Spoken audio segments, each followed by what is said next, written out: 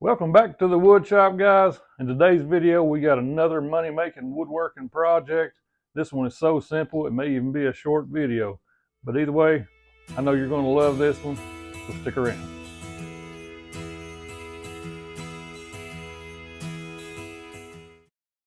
And as usual in this series, I try to stick to something that's a simple project and it don't take a lot of materials, and we're good with that. I started to go a little smaller on this one, but you'll see the project we're building, I want this to be a little bit bigger one. I started to do some pressure treated pine, changed my mind, so I've got a piece of sequoia that a good friend of mine gave me, as well as just a few strips of cherry. Absolutely beautiful. People absolutely love these. They're easy to build and even easier to batch them out if you want to make a bunch of them to sell at craft shows or one other place you can try. I've had a lot of success with putting them on Facebook, not necessarily marketplace. I put them out for my friends to see, and you'll be amazed how much business you get there.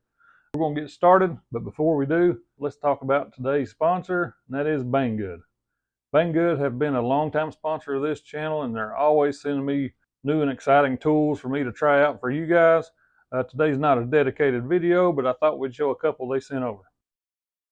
So the first new tool they sent me, I really like this thing. It seems to be really well made. It's this large T-square made from solid aluminum. Got a lot of measurements on here. Of course, these are in metric. It does have these little dials here. You can move this if you've got certain spots you want to mark out and transfer to other pieces of wood or whatever it may be. Got a couple of those. Really good and rigid. And one of the coolest things about this one, it actually comes with its own dedicated storage, so you can mount that up on the wall. Hang that right there. Easy to get to. We'll show you how this thing works. So it's like any typical square. You're going to lay out your marks, whatever it may be. And this one is made by Hong Dewey. And like I said, I've showed this in a couple of other videos of this brand. It's a really good quality brand. You can lay that out. And it's, as you can tell, it's larger, so it's going to work better for larger projects. But that part works great. And as I mentioned, we got those little pieces on here. If you want to lay this out in a certain way, lock it down, make a mark, and you can even actually use this to scribe along that way. And that part works great too. Now let's show you the next tool. So for the next one, I've actually got a project I'm working on in the shop that we're not recording. It's basically just painting a piece of furniture, but it does have a lot of these curved moldings around the outside and routed edges, that sort of thing. And sometimes if you're using a sander, you don't have that little sponge on the bottom, that can make it a little tough to get into these. Well, these little sanding sponges are going to take care of a lot of that problem. See, they're shaped certain different ways. You can wrap sandpaper over the edges of these to get into all those little contours. So that's going to be a great little addition to any shop, in my opinion. We'll show you just a quick little demo of this. So for just a quick little demo, you can see here, as I mentioned, a sander would be hard to get in there. So this actually has Velcro. Good to stick your little paper discs to. We're just going to go right through here.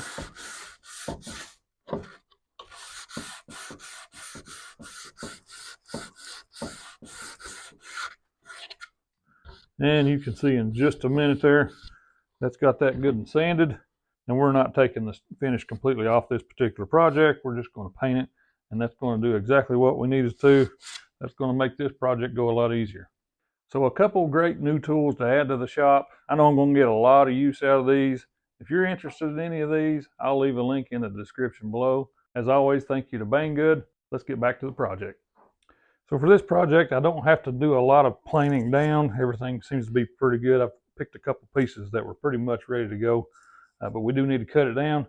And as with most projects we do in here, you can kind of customize this to your particular size you want to do. What we're working on today, I'm going to start with an 8-inch top and bottom. So it's going to be 8-inch square. Let's go ahead and get that top and bottom cut.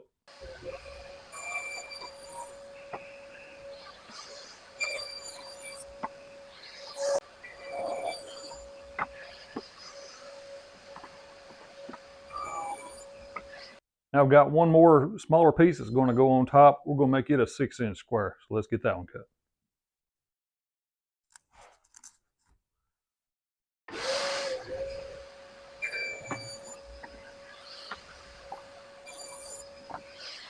For my next step, I want 4 basically 1x1 square 10-inch long pieces. So we're going to cut this one board at 10 inches and then we'll rip it into 4 strips.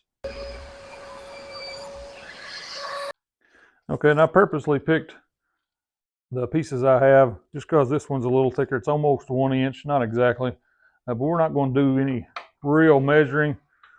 I'm going to get these basically into 1 inch by 1 inch squares. So what I'm going to do is set this between the blade and the fence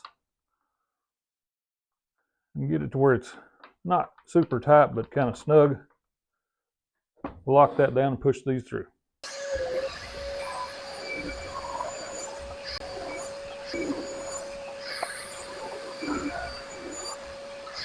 So the next piece we're going to cut, it's a little bit thinner than the previous one. This one's about 3/4 of an inch. We're going to cut these at 4 inches long, and then we're going to cut those into strips, and you'll see what those do. But these are a little bit thinner than those, going to add a little more visual interest. And I've got a little stop here that's going to make this easy to repeat the cuts. So let's go ahead and cut a few of these out.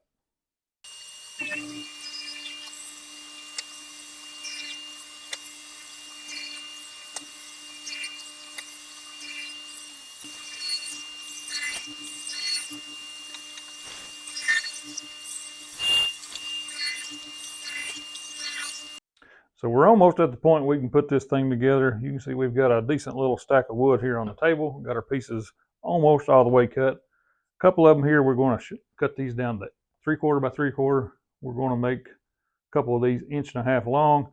And instead of trying to do that at the table saw where it's dangerous, or the bandsaw, I'm just going to chuck it up in the vise here, cut them off with a handsaw, and we'll be about ready to put this thing together. And because these are about 4 inches long, I'm just going to measure from each end, 1.5 inches.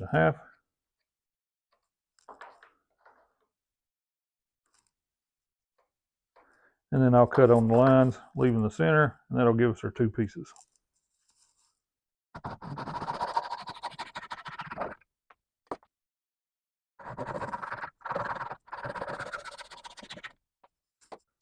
So next thing we're going to do is we're going to take these little 3/4 by 3/4 4-inch pieces, and the ones we cut to 1.5 inches, we're going to put these in the center.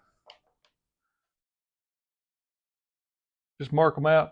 We'll hit them with a brad nailer, a little bit of glue, 1 or 2 nails should be plenty for what we're going to do with this.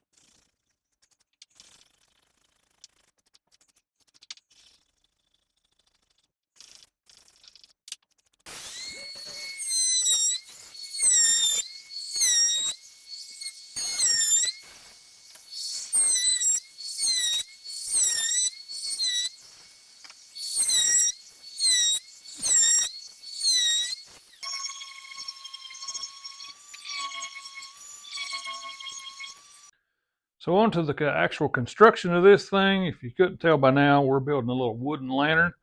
And so the first steps we're going to do as far as the construction of it, these are our uprights. We're going to set these in each corner. And then these little pieces here are going to be kind of be spacers, but they're also going to act as kind of blocks to keep, if you put a candle or something to that extent in here, you don't want it sliding off. So this is going to kind of act as a stop for that. We're probably going to hit these at least first with pin nails just to kind of hold them in place. Then we'll flip them over and maybe put a screw in them. So I think we've got it pretty well sitting where we want to. If I can avoid knocking it off. I'm going to try to slip these little pieces here.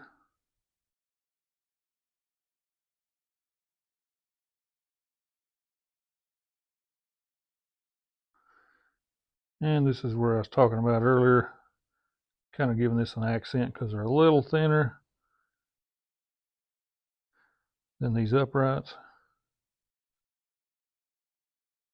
Well, they'll have a setback in them.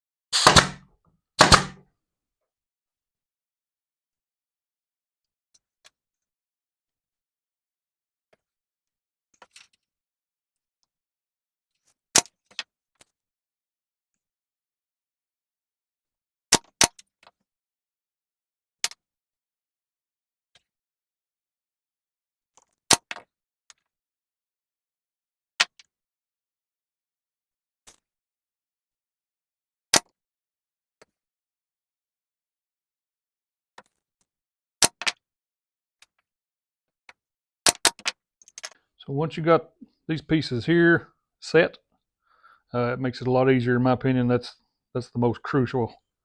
But we're going to put glue in several places here, and these should go together pretty quickly.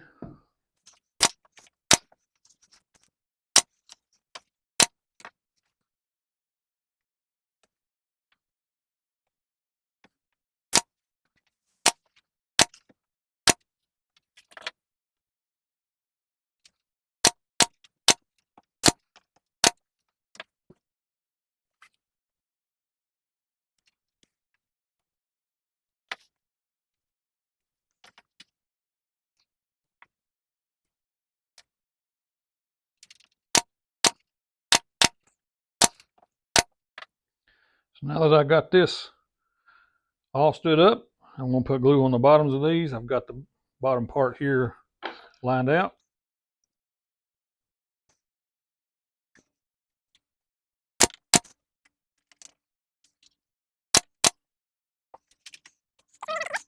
We'll start adding these in and just kind of, doesn't have to be perfect, but once we get these little pieces in here, we'll kind of scrunch them together. That way they're good and tight.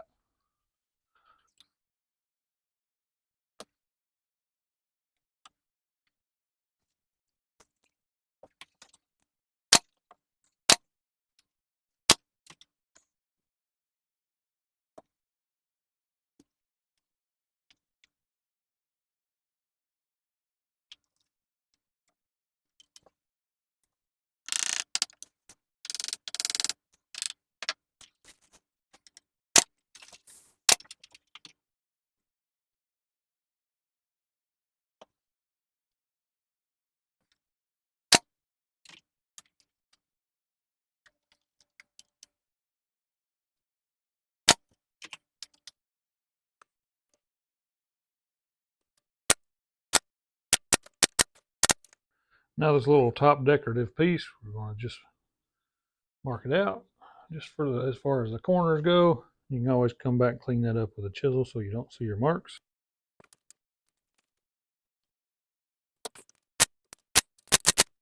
And once we got that on, we're finally ready for the rope.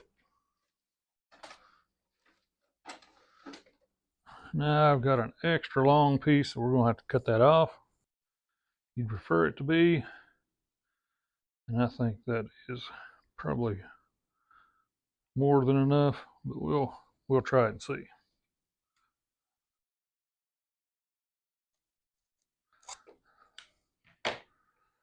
And so when it comes to the rope, what I like to do is add a little bit of wood glue. And the way we're going to do this, we're just going to run left to right. A decent little amount.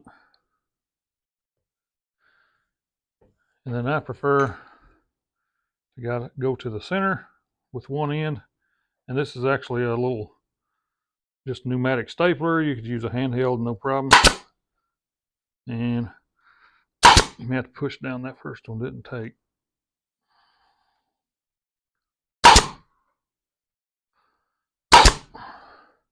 And then what I do is loop it over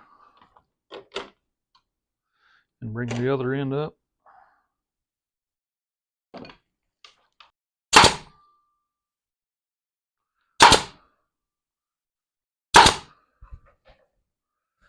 Like that. And that should look good. And then this is our top decorative piece. And that's why we routed the channel out. And so that's going to cover your staples and look good too. But we're going to take and measure it out just to make sure we're pretty well centered. And that is. So just another little mark here. And a bit of glue on that as well.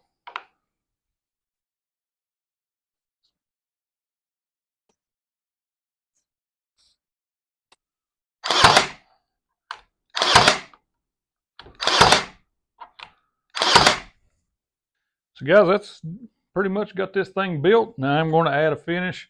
This one is going to go inside my home. And it's more for decoration, so I'm going to put a bit of wax. Of course, you could put whatever finish you want to do on yours. This one, I think it's going to make it look good, and you're not having to go through the trouble of putting a film finish on. And this will make this wood look really good. And this sequoia and the cherry has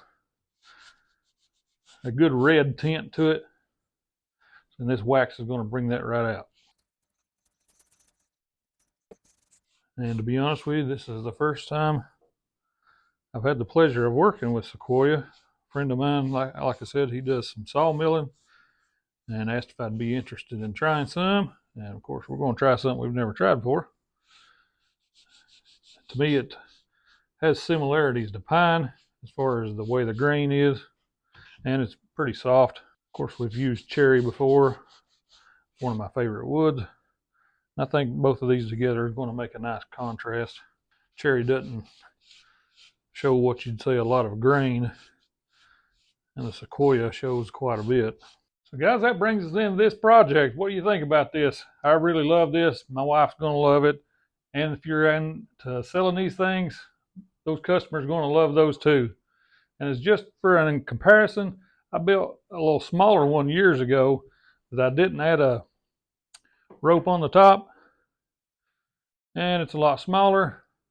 You can see that I've got a candle stuck in there. We'll just kind of do some demonstration here and put a little bit of stain and some varnish on that one, and then it looks good too. But either way, let me know what you think about this thing. What's your thoughts? Give me some comments. And as always, I appreciate you watching. Big thanks to Banggood again. If you're interested in their products, I've got that in the link in the description. Like, share, subscribe if you would, and we'll see you on the next video.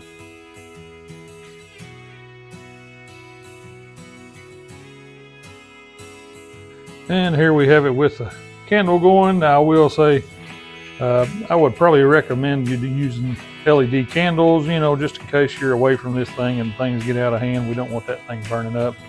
But just for a little demonstration, you can kind of see how it looks.